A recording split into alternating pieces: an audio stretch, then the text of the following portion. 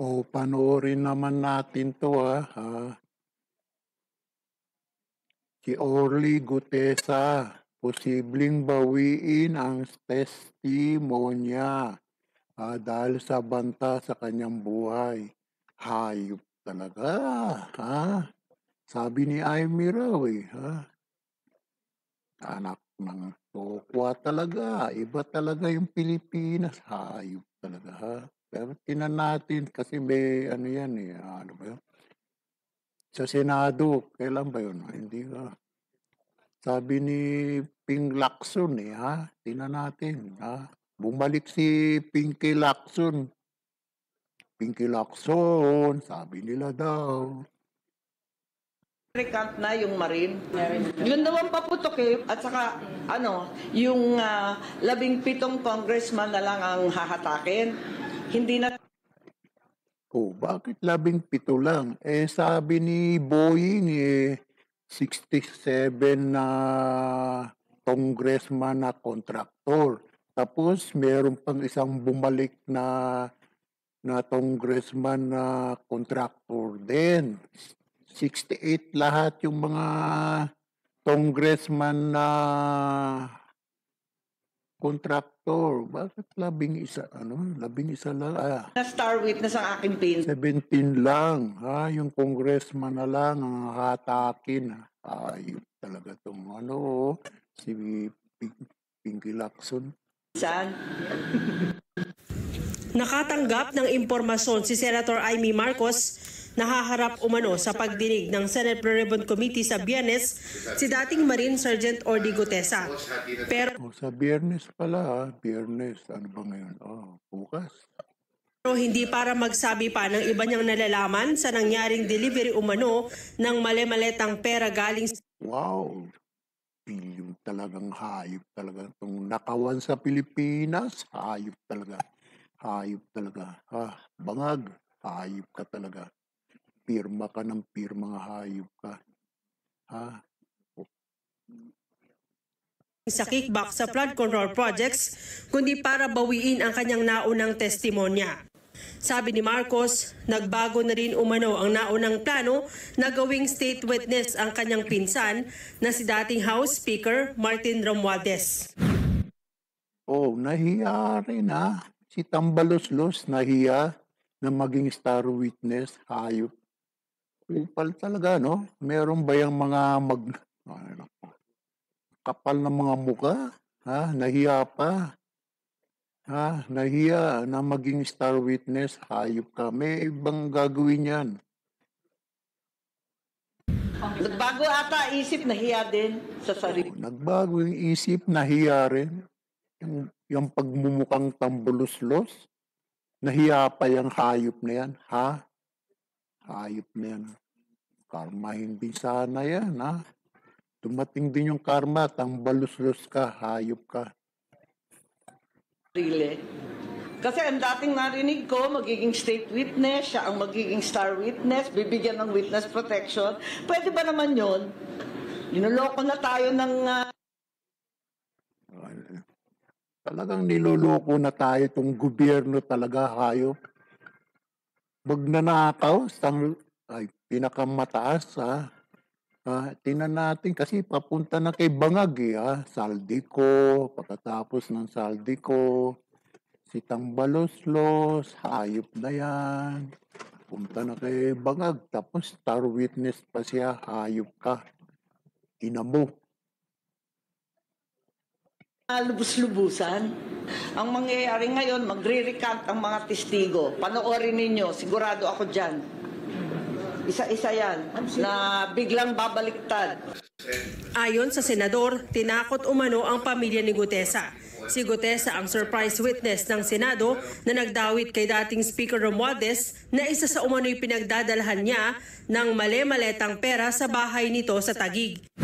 Pressure, tinakot ang pamilya at halos tinutukan ang asawa at anak. Kasi pinakamabigat ang kanyang testimonya. Dahil doon, may personal knowledge at matapang na ibinunyag ang lahat.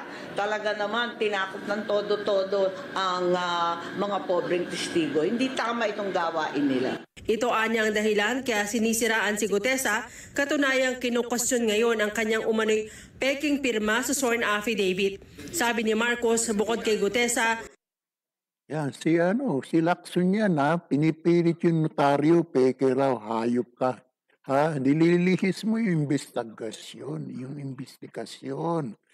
Lacson, meron ka ba kay Tambaloslos, Hayop ka, Lacson kang hayop ka, Pinipilit mo yung notaryo, peke, hayop ka, Hayop ka talaga, Lacson ka. Alagay ko meron ka dyan, Secret kayong dalawa ni Tambaloslos, pati si Tito Soto. Isa pa yung hayop na yan, Tito Soto. Hayop na yan. may iba pang testigo sa malawakang anomalya sa flood control ang umano'y pinipigilang magsalita at itinago. Kahit ano pang mangyari, kahit si Gutesa man at yung iba pang Marines ay magbaliktaran. Di ba sinisiraan na siya, naumpisahan na peke daw, yung nag-notarize, nag-falsify daw, kung ano-ano ang sinasabi. Wala naman naniniwala na sa inyo. Wala nang naniniwala, hayop kayo. Sa Senado, sa Congress, hayop kayo, ina nyo. Lang ninyo ang sambayan ng Pilipino. Pero ang Pilipino hindi na po magpapaloko. Nakuha niya raw ang impormasyon sa ilang source mula din sa Malacanang. Problema, Malacanang has become very leaky. As a matter of fact, the entire administration has become very leaky. Ang daming nagsusumbong dahil sila mismo nagdadalawang isip, maraming matinding abogado dyan, maraming mahuhusay, magagaling, at may konsyensya. Marami sa kanila, hindi rin mataiman nangyayari. Wala namang balak si Marcos na dumalo pa sa mga pagdinig ng komite.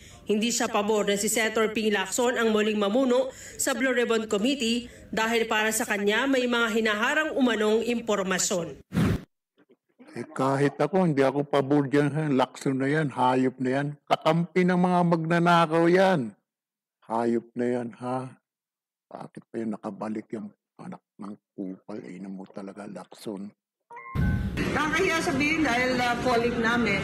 Pero sana, hayaan ang interpelasyon at ang investigasyon mapunta sa kung saan.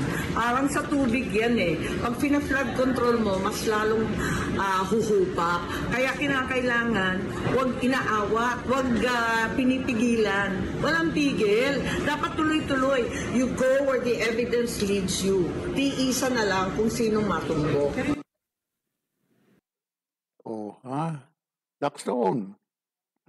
Grabe ka, Lacson, Kunwari lang yung investigasyon, Investigasyon, Yung Senado na yan, Lacson pa naman. Ako, nakabalik na naman, Ito yung, meron nagsabi, yung si Lacson yata, yung hayop na yan. Ano ba yun?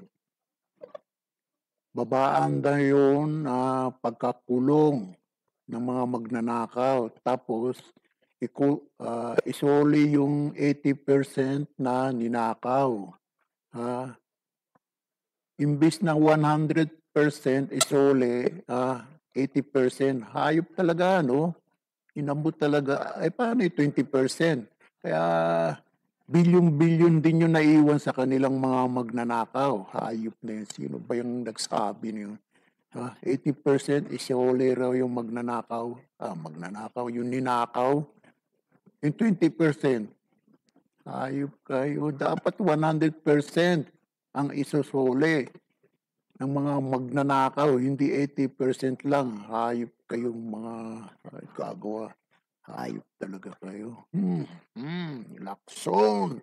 Babalik ka sa Biyernes. Tingnan natin, kung ano na naman yung mo, Sabihin mo na naman na, peke notaryo, peke po.